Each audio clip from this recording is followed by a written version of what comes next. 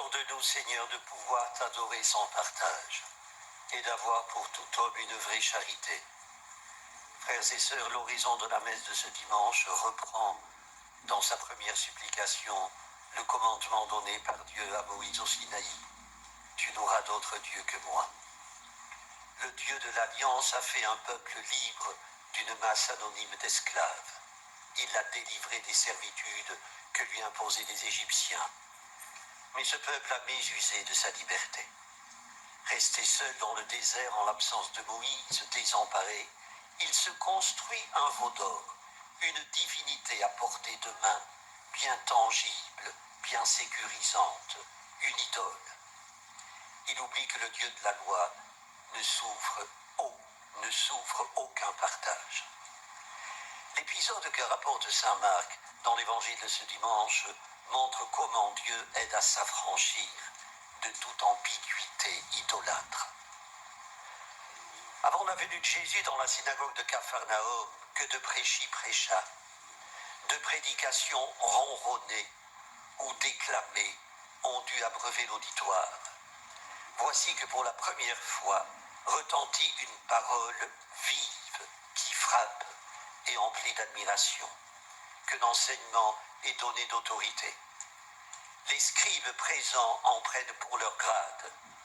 Ils s'abritaient derrière des interprètes traditionnellement tenus pour autoriser. Jésus, lui, tire de lui-même ce qu'il dit. Son propos n'est pas livresque, topique, rabâché. Sa parole est neuve, augurale. L'autorité qu'elle dégage fait entrer dans son mystère. Cette autorité a pour effet qu'une voix venue de l'ombre le révèle dans sa lumière. Que nous veux-tu, Jésus de Nazareth? Es-tu venu pour nous perdre? Je sais qui tu es le Saint de Dieu. Frères et sœurs, c'est le cri d'un possédé. Il ne vocifère pas son nom, il ne vocifère pas en son nom, mais en porte-parole des ennemis de Jésus. Le nous qu'il utilise les désigne. Habité par une force hostile, il fait preuve d'une lucidité maligne. Paradoxalement, c'est dans un cri de haine qu'il révèle qui est Jésus. La réaction ne se fait pas attendre. Jésus interpelle le possédé, lui cloue le bec, intime à l'esprit impur de sortir. Un ordre suivi d'un effet immédiat. L'exorcisme éclaire sur la puissance de l'exorciste. Ce jour-là, dans la synagogue de Capharnaüm, l'auditoire rassemblé a vu les démons à l'œuvre et leur défaite. Par la force de l'autorité dont il est investi, Jésus parle et agit, parle et guérit, parle et libère. La guérison illustre la singularité du guérisseur. Accorde-nous, Seigneur, de pouvoir t'adorer sans partage.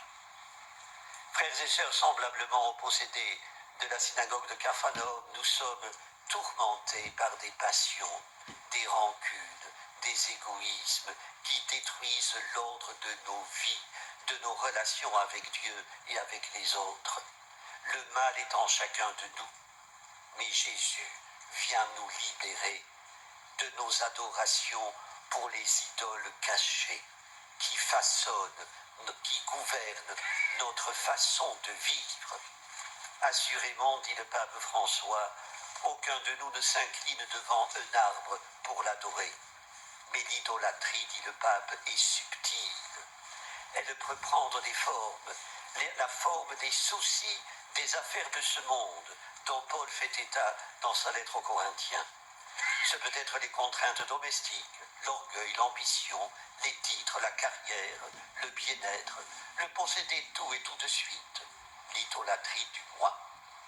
Énumérer les idoles cachées, les subtilités de l'idolâtrie seraient vains.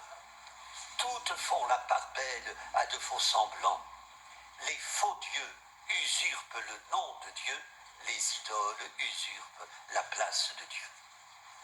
Frères et sœurs, adorer Dieu sans partage requiert l'absence de toute collusion avec les médiocrités, les aliénations paralysantes, l'idée d'un Dieu magique que l'on évoque comme on invoque le génie de la lampe d'Aladin. Dans un monde clouté de fétiches, adorer Dieu sans partage requiert le courage de dire au faux Dieu, vous n'êtes pas Dieu.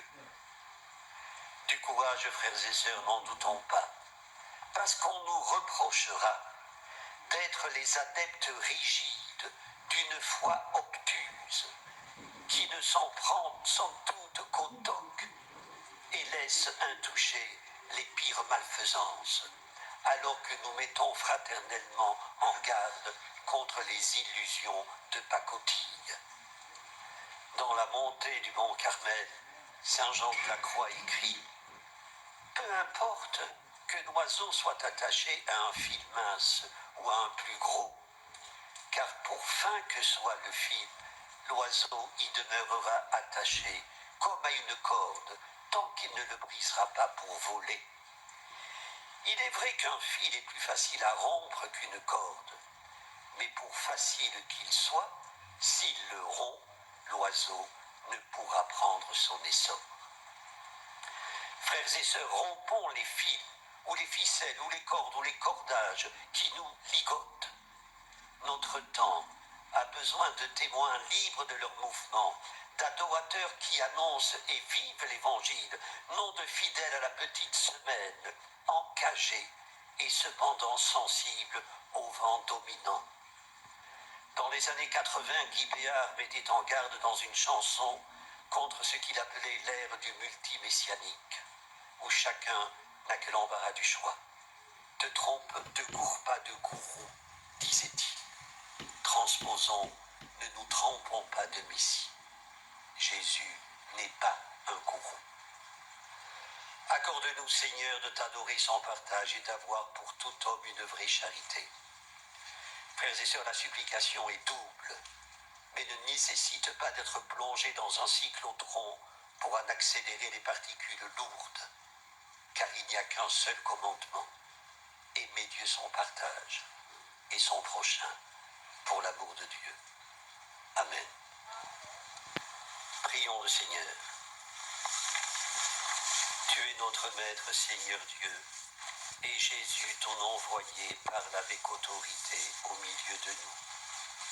Accorde-nous, en accueillant la nouveauté de la parole de ton Fils, de pouvoir t'adorer sans partage et d'avoir pour tout homme une vraie charité. Par Jésus-Christ, ton Fils, notre Seigneur et notre Dieu, qui vit et règne avec toi dans l'unité du Saint-Esprit, maintenant et pour les siècles des siècles. Le Seigneur soit avec vous. Que Dieu Tout-Puissant vous bénisse. Le Père, le Fils et le Saint-Esprit. Notre-Dame de Lourdes, Sainte Bernadette, ô Marie conçue sans péché.